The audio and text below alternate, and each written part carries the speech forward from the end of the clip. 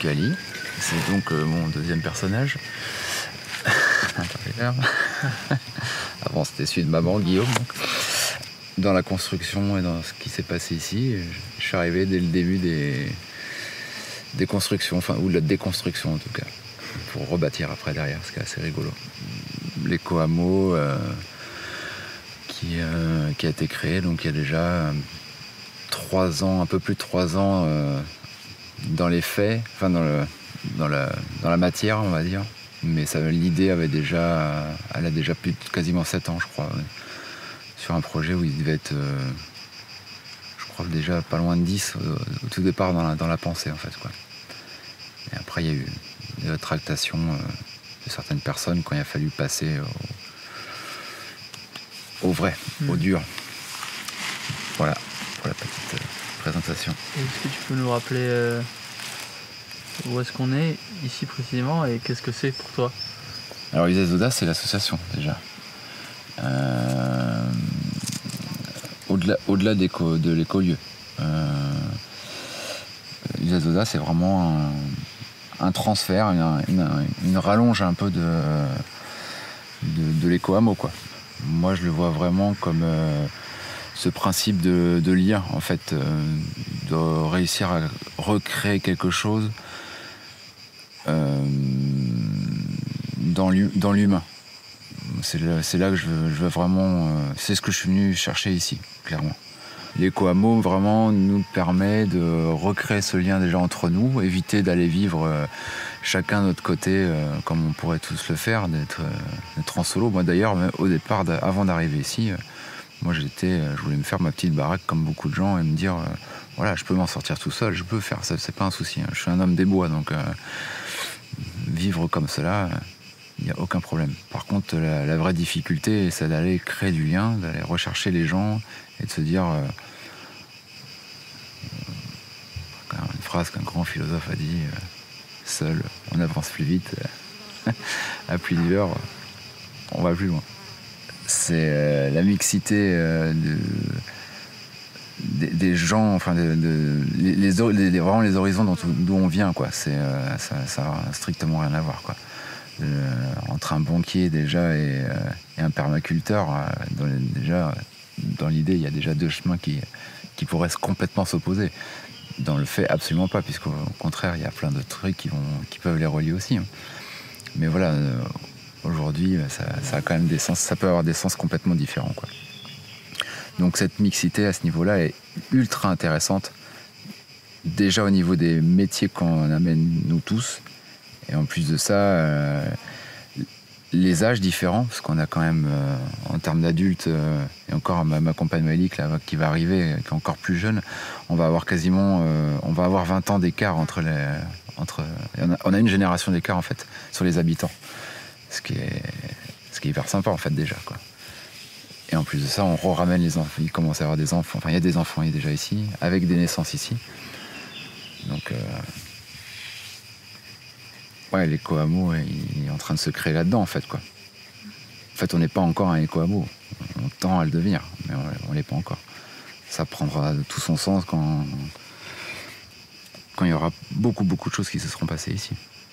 Ne serait-ce que quand nous, on aura vraiment investi les lieux, parce que, mine de rien, c'est encore assez léger, je pense, ici. La permaculture, ça fait quoi, 2 ans, 3 ans qu'il a commencé vraiment à son installation. Nous, en termes de comment penser le lieu, il y a tellement de choses à faire. Le bassin n'est qu'un tout petit bout, c'est que dalle, quoi. Comment réorganiser enfin, sans forcément réorganiser, mais comment se lier à cette nature qui est autour de nous, en fait, quoi. Faire l'ensemble du projet avec ce qui nous entoure. Autant sur l'environnement, mais aussi sur le lien social. C'est pas qu'entre nous, quoi. C'est d'aller chercher du lointain, d'aller voir ce qui se passe ailleurs, et aussi nous, les petites avancées qu'on a peut-être réussi à faire, peut-être d'aller les partager, et que ça fasse peut-être grandir des idées de base de chez nous, que ça les fasse partir, et puis si elles peuvent revenir dans la face avec un peu de modification, ça peut être génial, quoi. C'est ma conception de ce que j'ai envie de vivre ici, en tout cas.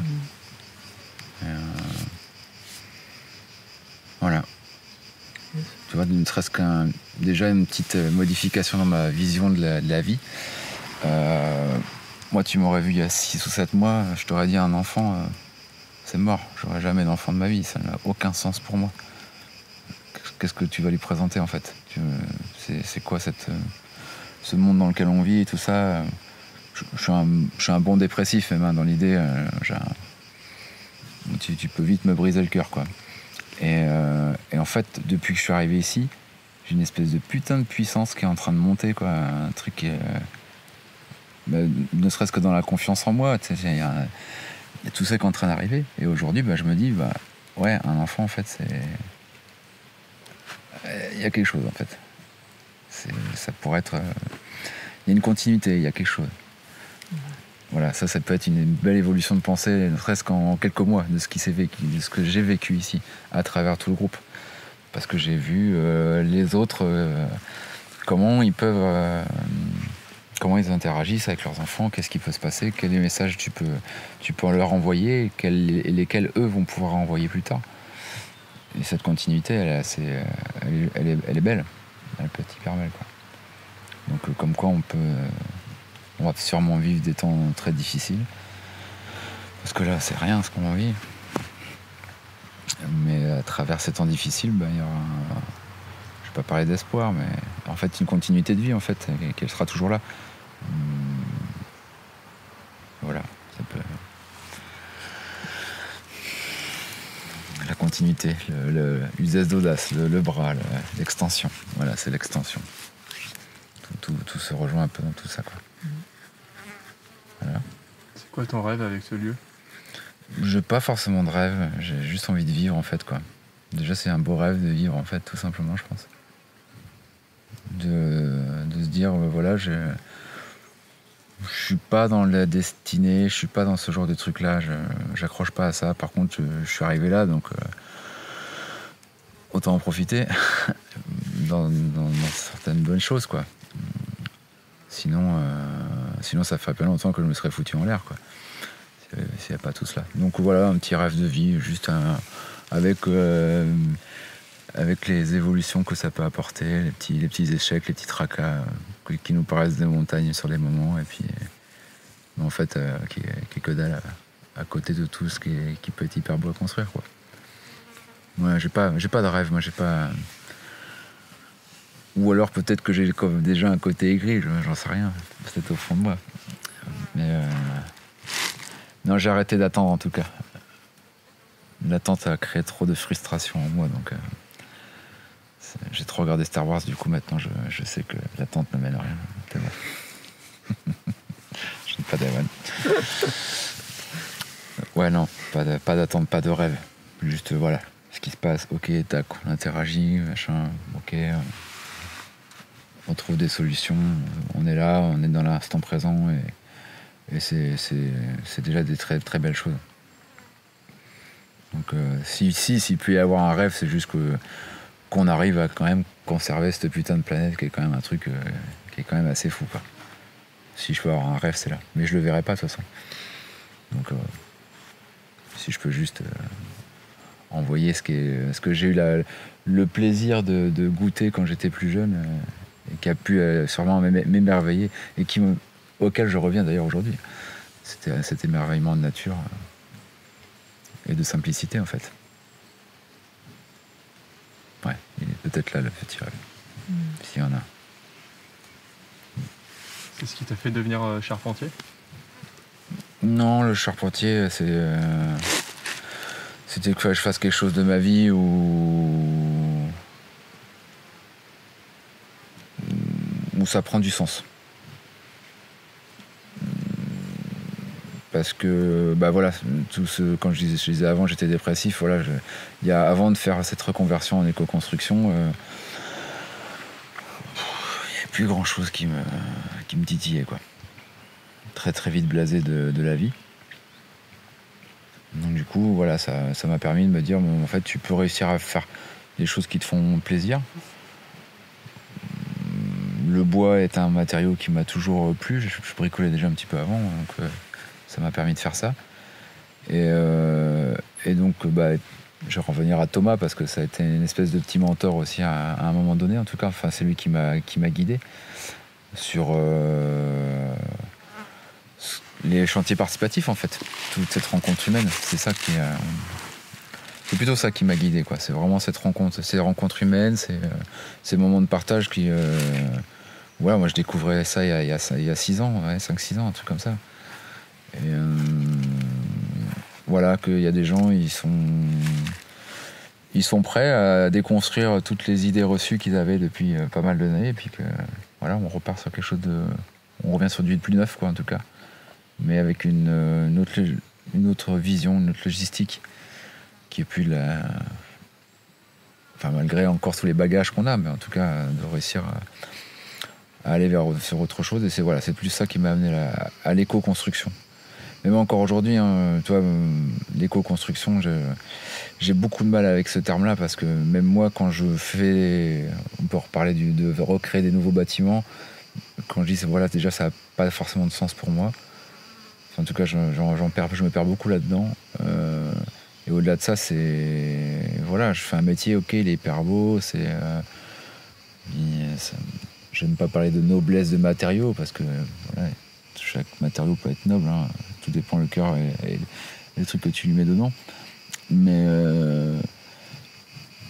bah voilà, moi je me dis, je suis charpentier, couper des arbres, tout ça, aujourd'hui, c'est lourd, quoi. C'est très très lourd. Arrêter aussi de me dire que mon travail est un moyen de vivre aujourd'hui, quoi. D'ailleurs, j'ai adoré le passage chez Nabokov avec Terra, voilà, où il dit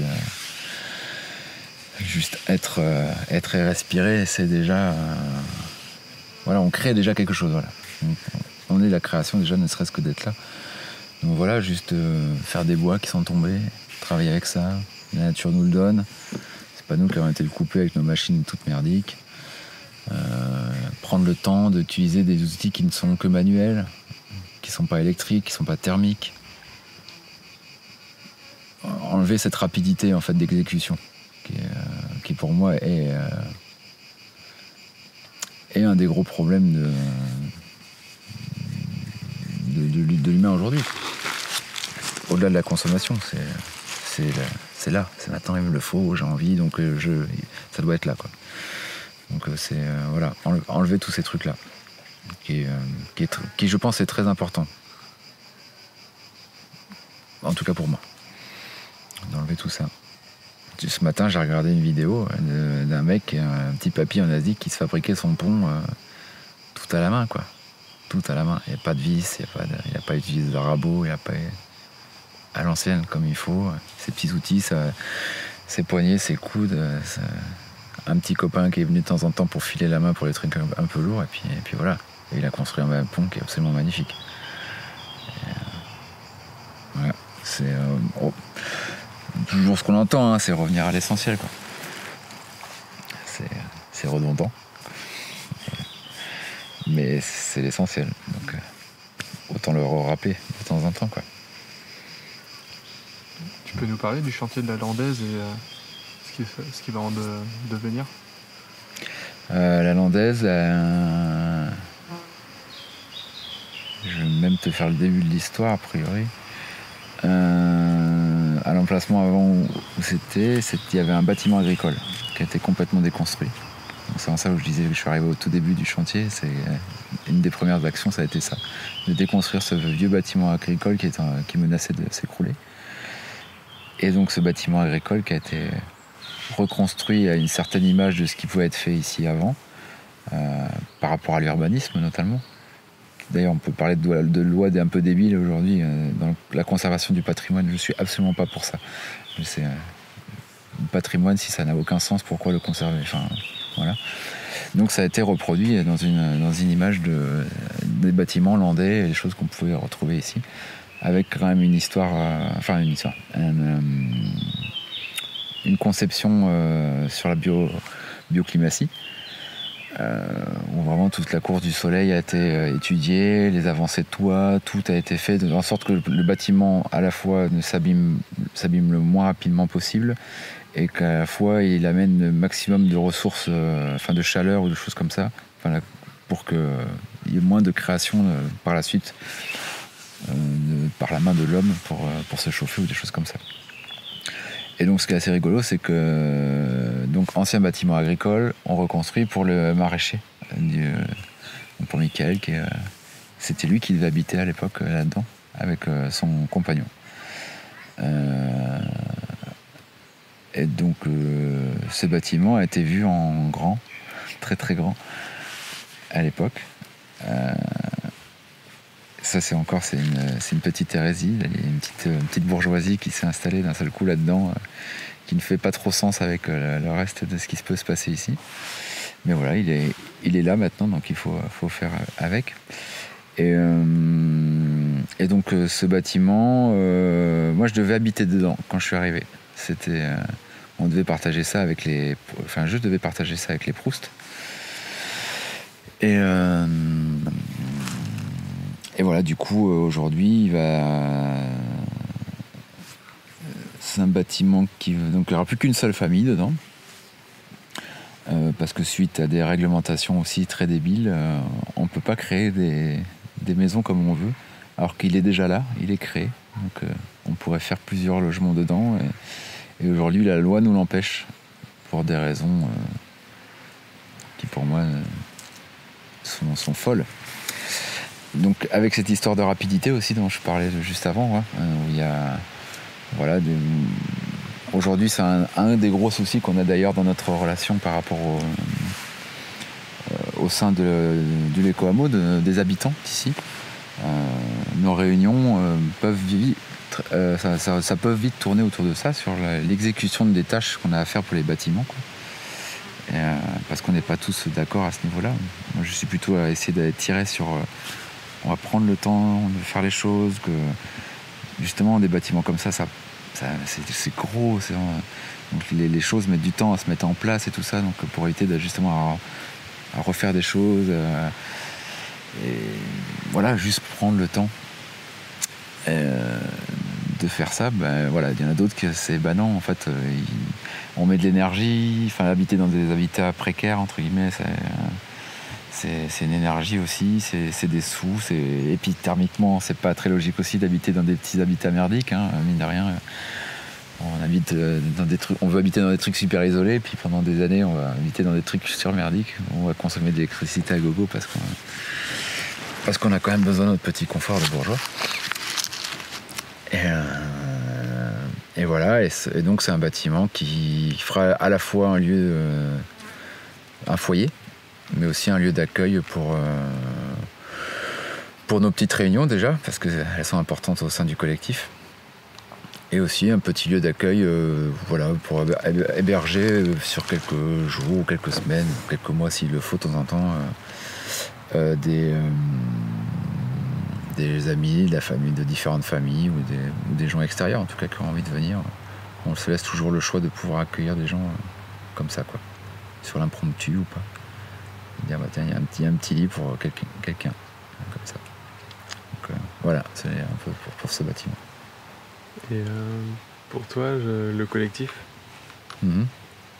qu'est-ce qui t'a amené à ça? Le pluriel, vraiment cette histoire de pluriel, de se dire que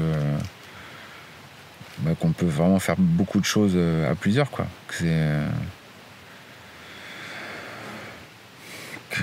Que dans ton coin, voilà, je reviens à ce que je disais au début, c'était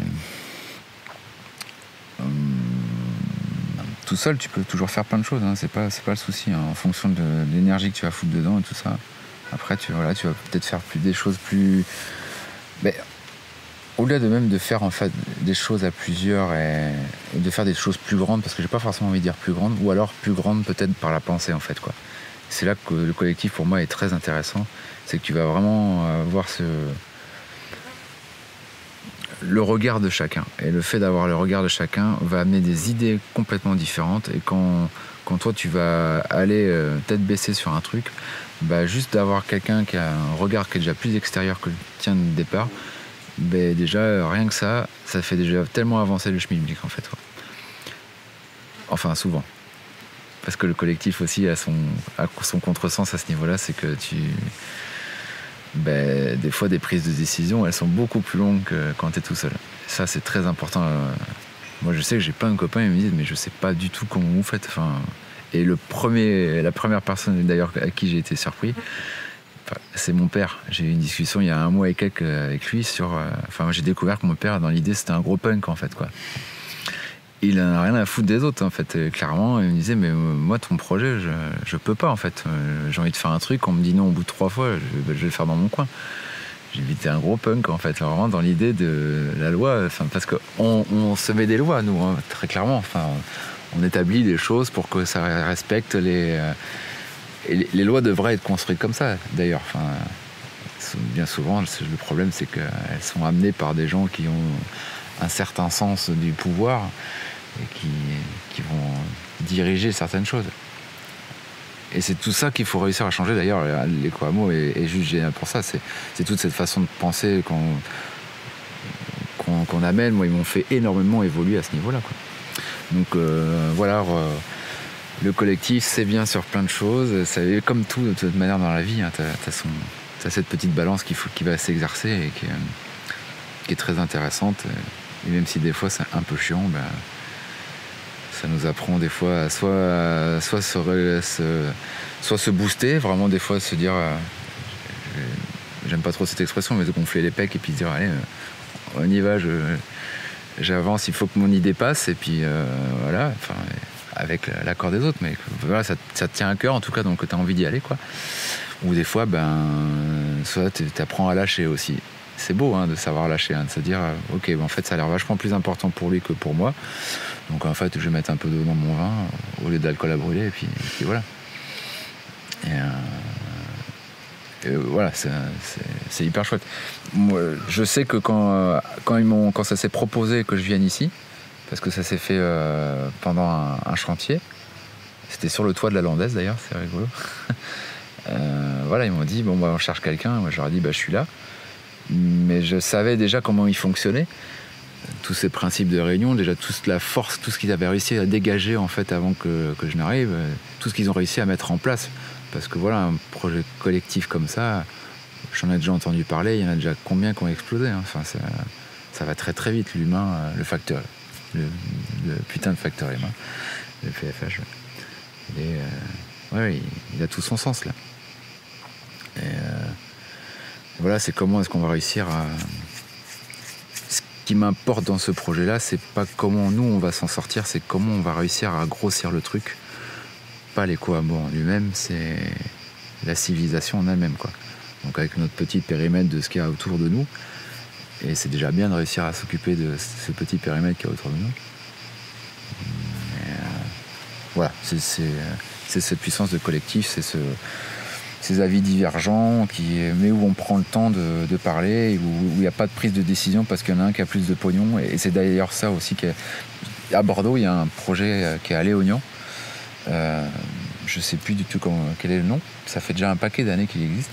C'est plusieurs personnes qui sont arrivées avec un paquet d'argent sur le tapis, quoi, qui ont acheté ce truc-là. Mais c'est toujours resté comme ça, c'est l'argent qui a été ramené au départ. Avec, voilà, moi j'ai amené plus d'argent, machin, tout ça. Et voilà, là, il est en train d'exploser parce que les mecs qui avaient ramené le plus d'argent, ils sont partis depuis un petit moment, mais ils ont laissé le projet un peu comme ça.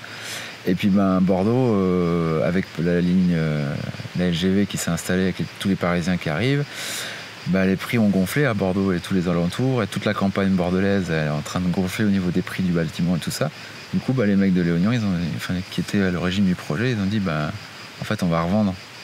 Mais en fait, ceux qui étaient sur le projet depuis un petit moment aussi, qui avaient construit des choses, mais ils ont dit merci, on va être obligé de s'en aller en fait, quoi. Grosse tristesse d'exécution de tout ce qui s'est mis en place depuis un paquet d'années. Donc voilà, nous ce qu'on a mis d'entrée de jeu en place, c'est qu'on amène de l'argent, mais la part décisionnaire, ce que la SCI nous a permis de construire à ce niveau-là, c'est qu'on a une part qui est fixe pour tout le monde au départ. Donc on est tous égaux d'entrée de jeu en fait, même au niveau pognon. Et ça c'est ultra bien parce que clairement on peut vite se dire dans un projet comme ça, tout est pisse, c'est cool, on s'en fout de l'argent, vas-y on me balance sur la table et puis voilà. Et non, l'argent ça fait, sans forcément parler d'argent, mais en tout cas d'économie. L'économie c'est quelque chose qui est important, ça a toujours existé, c'est un moyen aussi d'échange. Moi je serais pour le troc, le troc pourrait être un système comme un autre. Mais voilà, l'argent aujourd'hui est là. Ça serait de se mentir que de se dire que ça ne régit pas nos vies actuellement. On peut s'en détacher d'une certaine façon, quoi que ce soit, mais ça reste quand même plus ou moins présent. Et voilà, du coup, de légaliser ça d'entrée de jeu, ça amène déjà quelque chose d'assez stable en fait, quoi. C'est quoi pour toi la résilience? Moi, c'est d'accepter. D'accepter qu'en fait, on n'est pas les maîtres, en fait, quoi. C'est comme ça que je le vois. Non, mais vraiment qu'on est un tout, qu'on est régi de toute manière par des lois, des trucs qui sont bien au-dessus de nous. La nature est 10 000 fois plus forte que nous de toute manière. Donc c'est elle qui reprendra le dessus s'il le faut, avec ou sans nous de toute manière. Donc voilà, ma résilience, elle est dans petit à petit redescendre dans mes besoins, vraiment. Et j'en ai encore plein à faire descendre. Je suis complètement conscient. Mais je sais que je viens déjà de loin. Donc, et puis je pense que c'est difficile de toute manière de trop s'enlever plein de trucs d'un coup, en fait, quoi. C'est violent, en fait, après, quoi. Tu peux vite tomber dans quelque chose qui n'est pas du tout constructif au final, qui peut même te dégoûter, et au final tu vas refaire les chemins inverses après, donc ça va servir à rien. Donc ouais, ma résilience, elle est là, vraiment juste se dire, ok, enlève le surplus de tout, même de bouffe, qui est un gros problème pour moi. On parle pas de la bière. Problème de charpentier. Ouais, enfin vraiment. Ouais. Vous n'êtes pas charpentier un peu? À le devenir. Ouais, il est là-dedans. La petite résilience. Voilà, enlever le tout. C'est-à-dire qu'on a vraiment tout ce qu'il faut autour pour réussir à faire. Et d'ailleurs, il faut vous filer le bouquin sur les plantes. Vraiment. Enfin, ton top 5, là, tu m'as dit, le petit top 5, ça m'intéresse grandement, quoi. Se réapproprier tout ce qui nous entoure au niveau... Enfin, tes pestos, pris des claques tous les jours, quoi. Qu'est-ce que c'est, des pestos Ok, moi je prends, vas-y. C'est génial. C'est vraiment génial. Donc voilà, on a vraiment tout ce qu'il nous faut autour. Faut pas aller chercher... faut pas aller chercher loin, il n'y a pas besoin de faire ça. Et je reviens sur le bâtiment. L'éco-construction, elle est régie encore par des lois qui sont débiles. On rentre dans des normes qui sont pensées et écrites par des mecs qui ont la mainmise encore sur tout ça.